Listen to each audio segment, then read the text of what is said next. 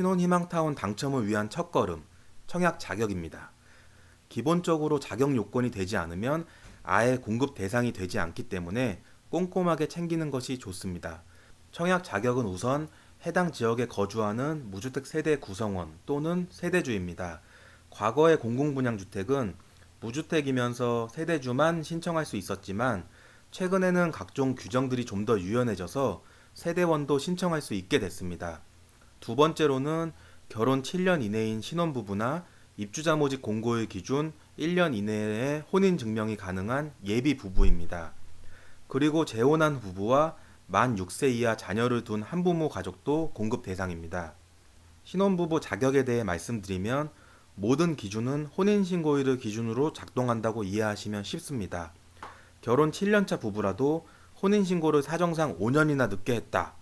그러면 적어도 신혼희망타운에서는 결혼한 지 2년밖에 안 된 새내기 부부로 인정받을 수 있습니다. 모집공고일 기준 1년 이내에 혼인증명이 가능한 예비 부부는 다소 말이 어려운데요. 쉽게 생각해서 현재 결혼 얘기가 슬슬 나오는 연인이 있는데 신혼희망타운 공고가 나서 청약을 했더니 당첨이 됐다. 그렇다면 앞으로 1년 내에 둘이서 혼인신고만 한다면 당첨 자격을 인정받을 수 있습니다. 재혼부부 또한 혼인신고가 기준이 되고요. 한부모 가정은 자녀의 나이에 따라서 혼인기간을 인정받을 수 있습니다. 또 신혼희망타운은 세금을 투입해서 저렴하게 공급하는 주택인 만큼 일정 기준 이하의 소득 요건이 필요하고 최소 6회 이상 납부한 청약통장 또한 필수적으로 갖고 있어야 합니다.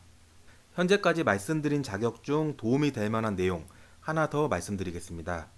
무주택 요건은 배우자와 직계 존비속 모두 확인을 하니 주의하시고요. 단, 만약 내가 상속을 받은 집에 공유 지분이 있다 하면 3개월 내에 처분만 하면 무주택이 인정되고 무허가 건물 등의 예외 조건도 있기 때문에 가장 좋은 방법은 사업 주체인 LH에 수시로 전화해서 꼼꼼하게 내 자격을 체크하는 것이 최선이라고 할 수 있습니다. 그리고 정부정책 주택에서 빠짐없이 등장하는 일정 기준 이하의 소득, 때로는 당락의 결정적인 변수로 작용하기도 합니다. 확정적인 소득 금액은 모집 공고가 나와야지 가장 정확하지만 현재 대략적인 금액을 먼저 말씀드리면 보통 전년도 평균 소득을 보고 있습니다. 따라서 2017년 4인 가족의 맞벌이 가구의 기준 소득은 약 760만 원 정도고요. 외벌이도 약 700만 원 정도가 기준으로 작용합니다. 즉 4인 가족인 경우 맞벌이를 하고 있다. 그러면은 부부 합산 760만 원 이하로 벌고 있으면 신혼희망타운에 들어갈 수 있습니다. 고액 자산가들의 편법 청약 방지를 위한 순자산 기준은 2억 5천만 원 정도로 책정되고 있습니다. 한편 대규모 택지개발지구에서 적용되는 지역 우선 공급 제도도 알아두는 것이 좋습니다. 법적으로 66만 제곱미터, 약 20만 평 이상의 신도시나 택지는 해당 지역 거주자 외에 인접지역에서도 청약할 수 있게 하는 제도입니다. 대표적으로 위례신도시의 경우 이번에 공급되는 사업지의 주소지가 하남입니다. 따라서 하남시 거주자가 30%를 우선 공급받고 하남을 포함한 경기도 거주자 20%, 그리고 나머지 50% 물량이 수도권 전체 거주자에게 배정됩니다.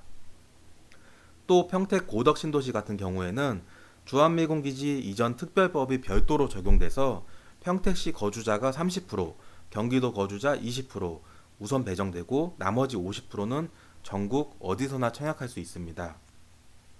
이 같은 지역 우선 제도는 수요가 엄청나게 몰리는 인기 지역의 경우 외지인보다는 지역 거주자 당첨자의 커트라인이 전반적으로 낮은 경우가 많기 때문에 중장기적인 청약 계획을 마련했다면 미리 해당 지역으로 이사하는 경우도 생각해 볼 만합니다. 당첨자 선정을 위한 가점표를 한번 살펴보겠습니다.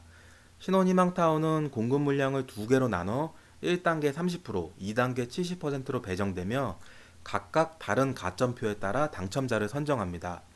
우선 1단계 가점표를 살펴보면 가구 소득과 해당 지역 거주 기간, 청약통장 납입 횟수가 각각 3점으로 총 9점 만점으로 구성됩니다.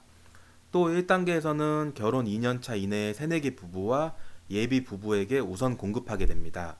어차피 신혼부부에게 주는 주택인데 굳이 왜 1단계와 2단계로 나눴는지 궁금해하시는 분들도 있을 텐데요. 각각의 가점 항목을 살펴보면 정부가 이번 정책 목표의 방향성과 배려를 얼마나 고민했는지 알 수 있습니다. 1단계 가점표 중에서 당첨의 가장 큰 변수이자 기회로 작용할 수 있는 부분은 가구 소득입니다.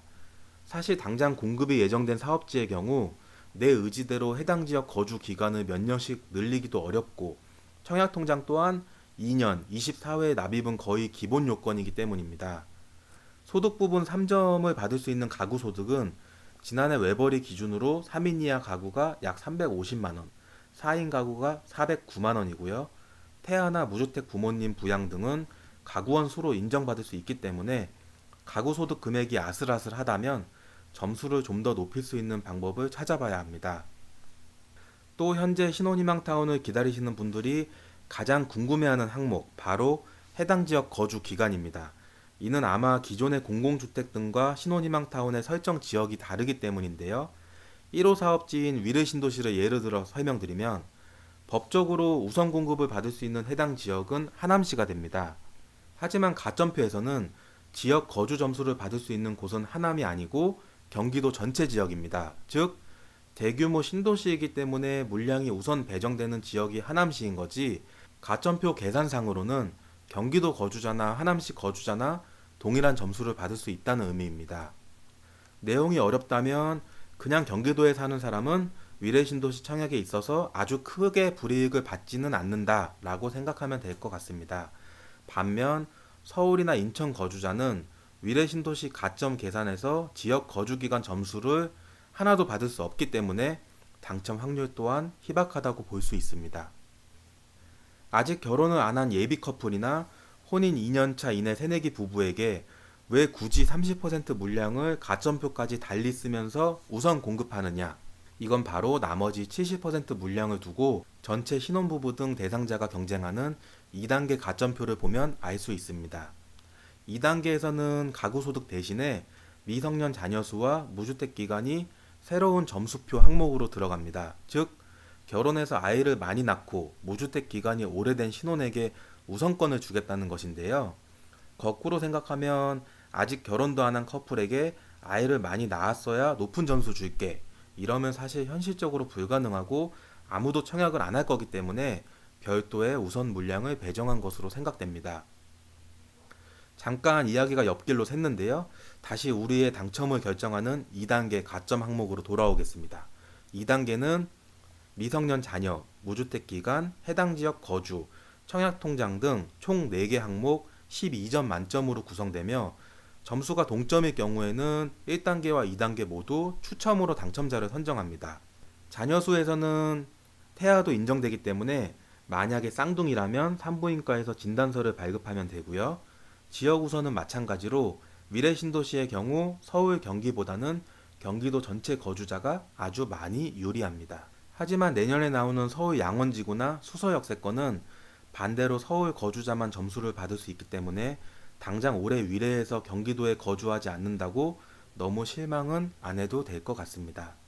지금까지 말씀드린 가점표 분석에 이어서 신혼희망타운 당첨 팁입니다. 우선 예비 신혼이나 혼인 2년차라면 우선 공급을 적극적으로 활용해야 합니다. 어차피 떨어져도 나머지 물량에 다시 경쟁할 수 있기 때문에 그냥 우선 공급은 신청 안 하면 손해입니다. 두 번째는 혼인신고일 기준으로 자격 요건 등이 정해지기 때문에 출산과 내 집 마련 계획을 앞당기거나 조정하는 것이고요. 세 번째로는 최소 5년 이상의 계획을 갖고 미리 이사나 장기전을 준비하면 당첨 확률도 높일 수 있습니다. 이사 가는 게 쉬운 일이냐고요? 아이들이 커서 학교에 들어가고 정착하면 이사는 더욱 어려워집니다. 게다가 지역 우선 공급 등이 꼭 신혼희망타운 하나만 적용되는 것도 아니고 정부가 공급하는 공공 분양이나 임대 등도 해당되기 때문에 일석이조, 일석삼조의 효과가 될 수 있습니다. 2년마다 언제 쫓겨날지 모르는 불안보다는 내 집 마련의 기쁨은 비교할 수 없는 큰 복입니다. 또 청약통장은 거의 필수 요건이기 때문에 아직 없다면 지금 당장 가입하시고요. 둘째, 셋째 출산이 현실적으로 어렵다면 통장을 가입하고 이사를 미리 가고 무주택 부모님을 부양가족으로 등록함으로써 점수를 1점이라도 높이는 방법을 찾아보는 것이 현명합니다.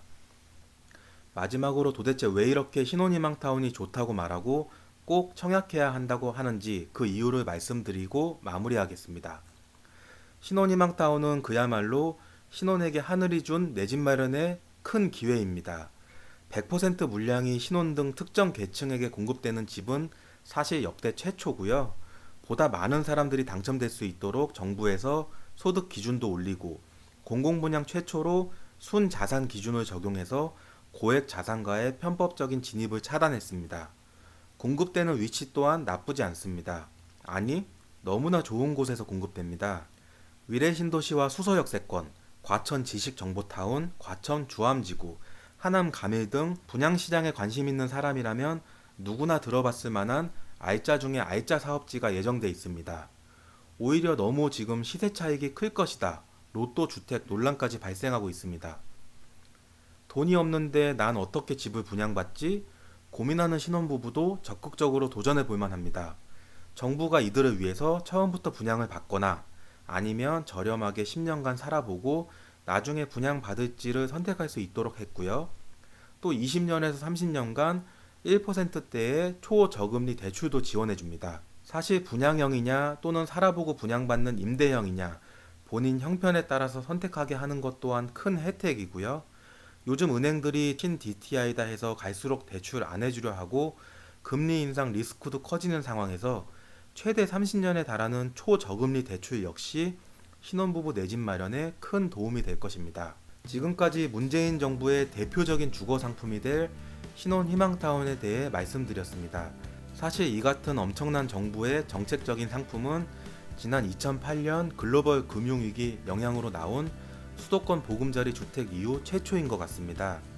신혼희망타운 또한 현재 최악으로 치닫고 있는 저출산 문제를 이번에는 꼭 해결하겠다는 정부의 의지가 반영된 상품입니다.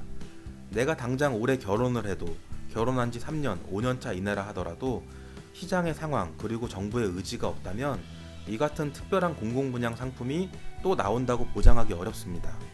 따라서 올해부터 내년부터 최소 5년간 앞으로 본격화돼 신혼희망타운 청약 자격이 된다면 꼭 도전하시고 좋은 결과를 얻길 바랍니다.